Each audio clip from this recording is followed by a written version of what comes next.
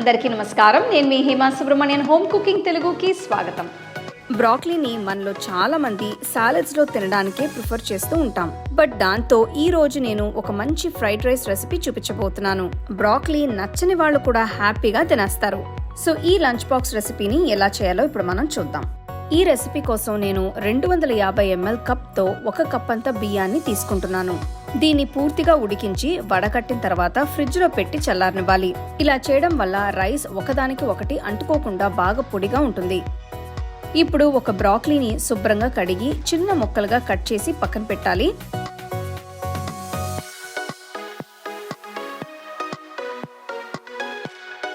ఒక వెడల్పాంటి పాన్ లో ముందుగా 2 టేబుల్ స్పూన్లంత నువ్వుల నూనె వేస్తున్నాను. నూనె కాస్త వేడెక్కిన తర్వాత ఇందులో చిన్నగా తరిగిన వెల్లుల్లి వేసి వేయించాలి. ఇందులో చిన్నగా తరిగిన 1 మీడియం సైజ్ ఉల్లిపాయ కూడా వేసి హై ఫ్లేమ్ లో 1 నిమిషం పాటు వేయించాలి. ఇప్పుడు ఇందులో 1/2 కప్ అంత తరిగిన బీన్స్, చిన్నగా తరిగిన 1 క్యారెట్, చిన్నగా తరిగిన 1/2 క్యాప్సికం, చిన్నగా తరిగిన 1/2 రెడ్ క్యాప్సికం వేసి అంతా బాగా కలపాలి. మీకు కావాలంటే ఇందులో మష్రూమ్స్, కార్న్ లాంటివి కూడా వేసుకోవచ్చు. పొయ్యిని హై ఫ్లేమ్లో ఉంచి వీటిని 1/2 నిమిషం పాటు వేయించాలి. ఆ తర్వాత తరిగిన బ్రాక్లీ ముక్కలు వేసి కలుపుతున్నాను. ఇది సుమారుగా 2 కప్పులంతా ఉంటుంది. ఇది 1 మీడియం సైజ్ బ్రాక్లీ అండి. మీకు కావాలంటే ఎక్స్ట్రా బ్రాక్లీ కూడా వేసుకోవచ్చు. ఇందులో 1 టీ స్పూన్ ఉప్పు, 1 టీ స్పూన్ మిరియాల పొడి వేసి కలపాలి.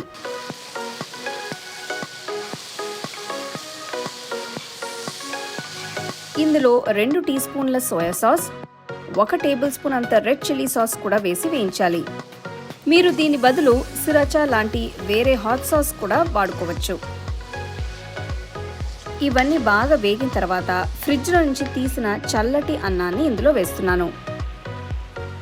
వీటితో పాటు చిన్నగా తరిగిన ఉల్లికాడలు కూడా వేస్తున్నాను. సో వీటన్నిటిని కలిపి జెంటిల్గా కలపాలి. కూరగాయలన్నీ మరీ ఎక్కువగా ఉడికించకూడదు. అప్పుడే అవి తినేటప్పుడు క్రంచీగా ఉంటాయి. చూస్తున్నారు కదా ఇది ఎంత బాగుందో. సో ఈ పాయింట్లో రుచి చూసి కావాలంటే ఉప్పు, మిరియాల పొడి యాడ్ చేసుకోవచ్చు. నేను ఈ 2 ఒక్కొక్క టీ స్పూన్ అంతా వేస్తున్నాను. ఒకవేళ మీకు ఎగ్స్ ఇష్టం ఉంటే ఈ పాయింట్లో ఎగ్స్ని బాగా గెలకొట్టి వేసి 4-5 నిమిషాలు వేయించాలి. అదొక ఆప్షన్ కూడా ఉంది. సో మన broccoli fried rice తయారైనట్టే.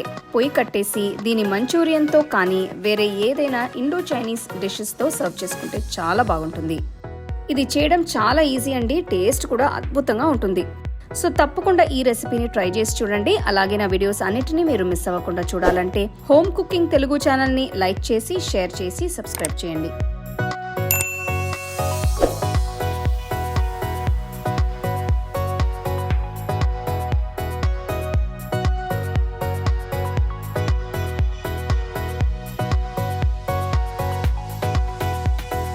The second edition of our home cooking book is now available on our website 21frames.in. I'll give you the link in the description. You can go and check it out.